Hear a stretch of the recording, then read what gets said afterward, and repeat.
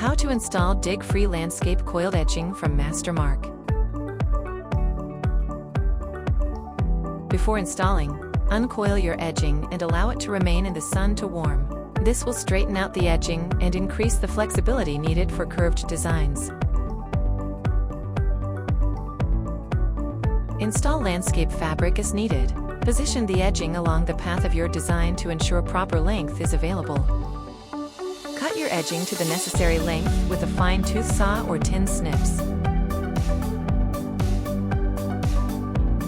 Use the included stakes to secure the edging to the ground. Using a soft rubber mallet, pound stakes in every 4 feet for straight areas and 2 feet for curved areas.